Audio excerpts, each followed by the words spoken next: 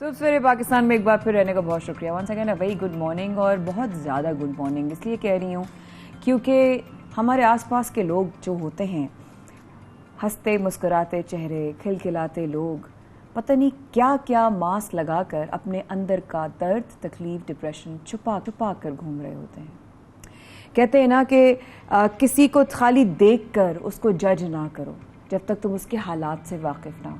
तुम्हें नहीं पता उसके अंदर कौन सी क़यामत गुजर रही है या वो कौन सी क़यामत से गुजर कर आ गया है। कल रात को ही सोच रही थी सोते सोते कि अल्लाह हमारे दिलों में नरमी पैदा कर। हम लोगों से जब बात कर रहे होते हैं तो हमारे लहजे में नरमी, मोहब्बत, शहद, मिठास पैदा कर। पता नहीं ना जाने कौन किसको कौन सी बात बुरी लग जाए और उसके दिल दुखाने का जो गुनाह है वो हम अपने सर ले लेते हैं। डिप्रेशन हमारे माशरे में बहुत ज़्यादा है।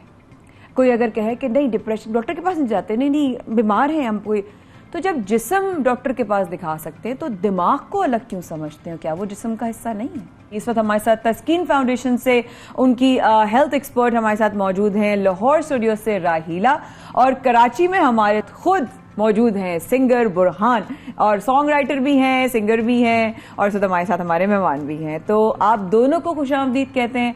तो शुरू करते हैं जनाब बुरहान आपसे।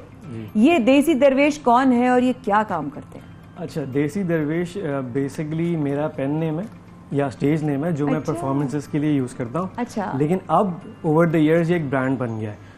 तो हमारी जो एक आप कहने ऑब्जेक्टिव है या गोल है वो ये है कि हम विजुअल्स और म्यूजिक को कंबाइन करके ऐसे आर्ट पीसेस बनाएं जो कि सोशल कमेंट्री हो गई, जैसे ये डिप्रेशन का टॉपिक था उस तरीके से चिल्ड्रंस एजुकेशन पे और मुख्तलिफ और टॉपिक्स पे हम उसकी बात करें और ऐसे पीसेस बनाएं ताकि लोगों की आवाज़ बने, बेसिकली ताकि लोगों की आवाज़ बने। ये लिखा भी आपने खुद, ये तर्ज भी आप ही ने दिया है, गाया भी आपने। इसके क्या अल्फाज हैं, जरा सा मुझे गुनगुना सकते हैं थोड़े से, अगर आपको याद हो तो? ठीक है। मायूसी से वो भाग रहा, जाग रहा, रातें ताक रहा, बाज दफ़ा कहीं मिला आसरा, एक गुफ्तगू का मुतालबा, आज कोई न था, आज हादसा, आज उम्मीदों पर नकाब था, मुबाहिसा करने को ना मिला, उसे सोचा ये है अलविदा। और फिर इस तरीके से आगे। वाओ, क्योंकि वो जो एक्सट्रीम होता है ना, वो अपनी ज़िंदगी को ख़त्म करना का एक्सट्रीम होता है। अगर उसको कोई अपना ना मिले, अपनी कोई बात करने वाला ना मिले या कोई समझने वाला भी ना मिले, तो उसकी जो उसका लास्ट होता है ना, फिर वो ना वहाँ का रहता है ना फिर वो यहाँ का रहता है। हमारे साथ हेल्थ एक्सपर्ट राहीला मौजूद हैं हमारी इस वक्त लाहौर स्टूडियोज़ में। मेंटल हेल्थ एक्सपर्ट राहीला, टेंशन की बीमारी या स्ट्रेस से निजात के लिए तख्लीकी इजहार, ये जो क्रिएटिविटी के साथ बुरहान ने भी इस वक्त हमारी थोड़ा सा जो है वो अपना रैप गाया भी, मौसीकी कितना बड़ा किरदार अदा करती है। जी राहीला। अस्सलाम वालेकुम Maya, thank you so much for having me over. और जो आपने ये बात की है, it's such an important topic, और इसमें अगर हम डायरेक्टली इसी पे आएँ कि मौसीकी कितना इसमें रोल अदा करती है, तो बहुत ज़्यादा अहम रोल अदा करती है। और अल्टरनेटिव हीलिंग मॉडलिटीज़ में म्यूज़िक थेरेपी अब बहुत ज़्यादा तेज़ी से ग्रो कर रही है, और लोगों को ये पता नहीं है कि ये एक्चुअली क्यों हो रहा है, कि कैसे इसका इतना ज़्यादा इम्पैक्ट कैसे है। रिसर्चर्स ये शो कर रही हैं कि ये आपकी बॉडी के हर लेवल के ऊपर, इवन पेन में, इवन क्रॉनिक डिजीज़ में ये बहुत इफेक्टिवली काम करती है। और ये काम कैसे करती है, इसका थोड़ा सा मैं एक्सप्लेन करना चाहती हूँ ताकि लोग ज़्यादा से ज़्यादा इसकी तरफ आएँ। और ये इतनी इंस्टेंटली अवेलेबल चीज़ है, और डिप्रेशन और मेंटल हेल्थ जैसी बीमारियों के लिए, जिसके लिए लोग टैबू है, लोग बात नहीं करना चाहते, लेकिन जो आपके अपने पास रिसोर्सेज हैं, आप कम से कम उनको यूज़ करके कुछ कर सकें। तो उसके लिए मैं थोड़ा सा एक्सप्लेन इसको करना चाहूँगी। बेसिकली हमारी बॉडी भी इज़ मेड ऑफ एनर्जी। हमारे अंदर कुछ एनर्जी सेंटर्स हैं। हर जो एनर्जी सेंटर है वो एक सर्टेन फ्रीक्वेंसी पे वाइब्रेट कर रहा है। अब म्यूज़िक थेरेपी क्या है, म्यूज़िक के भी सर्टेन नोट्स और टोन्स होते हैं और उनकी एक सर्टेन फ्रीक्वेंसी होती है। तो जब वो वाला टोन और नोट वो प्ले करते हैं तो उसकी जो फ्रीक्वेंसी है वो आपकी बॉडी की फ्रीक्वेंसी को, उस एनर्जी को चेंज करके उसको बैलेंस में लेके आती है। और जब वो बैलेंस हो जाता है तो वो वाला इमोशन रिलीज हो जाता है। अपनी वाली बात कर दी आपने कि एनर्जीज बहुत काउंट करती हैं, और ये जो एनर्जीज क्रिएट हो रही हैं और क्रिएटिव लोग जो कर रहे हैं, देखिए जो नॉन क्रिएटिव लोग होते हैं वो भी एक चीज क्रिएट कर रहे होते हैं, वो साइंटिफिकली कर रहे होते हैं, लेकिन यहाँ पर जो है ना वो क्रिएटिविटी यानी हार्ट एंड सोल इन्वॉल्व है। Why get into this Burhan, क्यों सोचा कि इस रास्ते को अपनाऊं, इस तरीके से लोगों के लिए किस तरीके से भी सदका जारिया कर सकूं, कैसे आया ये आइडिया? मुझे हमेशा से फिल्म मेकिंग का और कॉम्पोजिशन का शौक है, ठीक है। तो जो ये लिखावट वाली चीज़ है या रैप है, ये इवेंचुअली मेरी ज़िंदगी में आई। मेरी लाइफ में ऐसे टीचर्स थे जिन्होंने मुझे पुश किया कि आपके अंदर वो पोटेंशियल है, आप कर सकते हैं कुछ ना कुछ इसको लेके।